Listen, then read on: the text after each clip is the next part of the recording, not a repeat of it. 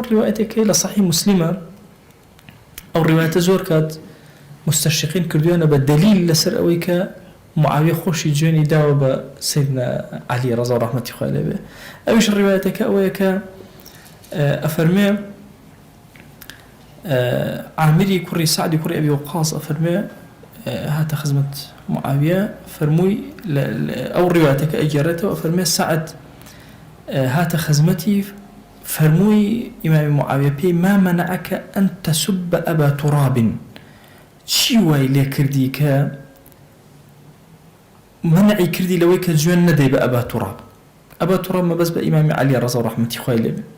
طبعا أبا تراب عرب لكيها كنيه بكار هنا أو برجواني بكار هنا شون لكردي علي كاك فلان لا عربي شا أبد بكار هنا يعني أو بري أدب برامر بكار هنا لير الأمر رأيتها جارية كمش المعاوية رضي الله رحمة الله عليه أبا تراب ناوي أبا جوان ترين نايب بلا إمام علي وأبا تراب وشكو بيغمر صلى الله عليه وسلم قلنا ويلنا جاري كان لقال فاطمة شر يعني أفرمت شو لمزقو تاخوت أفرمت كوتبو دموشاوي خولي بر كوتبو بيغمر صلى الله عليه وسلم هاد خبري كده ناوي لنا أبو التراب لو كاتب بيعمل أبو التراب أفرمت خوشتين وبلا قلنا ويا أفرمت شو إليك الجوان بأبو تراب ندي يعني بمكس عملاقة قورة ندي أدبر بعلي بكارهن إمام النووي شيء أفرمي لما مسألة أفرمي أأم فرمايشتا يك تصريح تانية بويك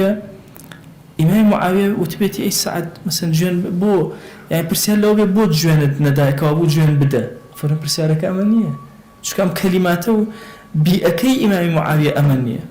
نا أي سعد أفرمي لنا مجموعة كابو همويا خرافة إمام علي أو نيوت اشتكينا جيان الله سيدنا معاوية إيش برسالي لسعد كر بوشي بمشي وازما مالت كر برسالي لسبب منعك كر ونك برسالي لسببك كأما دوشتي زوزو جياوازن ليكتري أفرمي ومعاوية رضي الله عنه طبيعتي وابو حزيب صراحة بو حزي كر أمانة بجولين قصي خوان بلن إن جا سعد يكهم الجواني وجمالي أبو تراب باسك إمام علي رضي الله رحمة الله عليه سيدنا معاوية أفرمي للرواياتك أفرمي قرية وان دجوان باسي إمام علي كرزا رحمة الله أما أدبي بين أصحاب اللي قال يكترى بمشي وازا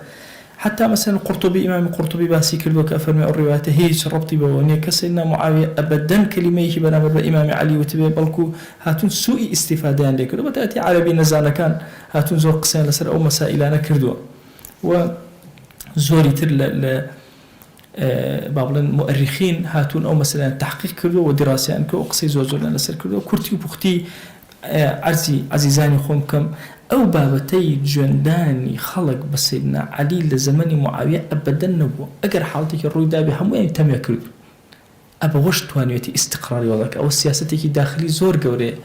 يك معارضي إمام معاوية نير رضا رحمة الله عليه بجورك لجورة كان راضي نكرد إمام معاوية يترشون يبربر كان ين أكاتو قصبران بريان أكاتو حاشا لوبيا وجورانا وتابتي أمانة هاولي بيغمبر صلى الله عليه وسلم برود كراوي دسي أون أم هاولاني بيغمبر صلى الله عليه وآله وسلم خوش اسمان أفرمي أصحابي كالنجوم هاولا كان من وكو أستراء أوهان بأيهم اقتديتم اهتديتم بس بهر كاميانو بقرن خوا هدايتان أدا بوي زورك لعلماء أفرمون لهمشتك أقوال الصحابة لبيش زورك مثلا قرآن من هي سنة من هي لدوا قرآن وسنة أقوال الصحابة أو دقوا ريتشك أوانا كين كقصة أكن لنا أصحابه أوانا تشاوان كن كبتشاوي سريان ليبي بيغمريان بيني وصلى الله عليه وسلم شاوي بيغمريان يان بيني وصلى الله عليه وسلم جمال جواني أبيان بيني بويا أصحابي بيغمر صلى الله عليه وسلم منزلين زور قوريه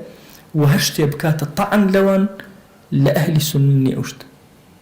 دسيسيك هاتو تناومان شل لمستشقين ويا لسفكري الرافضية بويا أبي قداستي أصحابي بيغمر صلى الله عليه وسلم بكو خوي وهر طعنك لأصحاب حتما طعنا لبيغمر صلى الله عليه وسلم فرمي فمن أبغضهم فببغض أبغضهم هرش كسي الرقي لوها ولا نبي أو الديار الرقي الدفين للدغيا هي دخيل للدغيا هي برامبر بمن ويرقي لها ولا نبي ويمهمها ولا نبي غمر صلى الله عليه وسلم بقداسته والسير أكين بالروح لقليانا أجين رضوانيان بو أنيرين هار هميان بمقدس زور بقورة تماشى أكين وما ملا لقلا أكين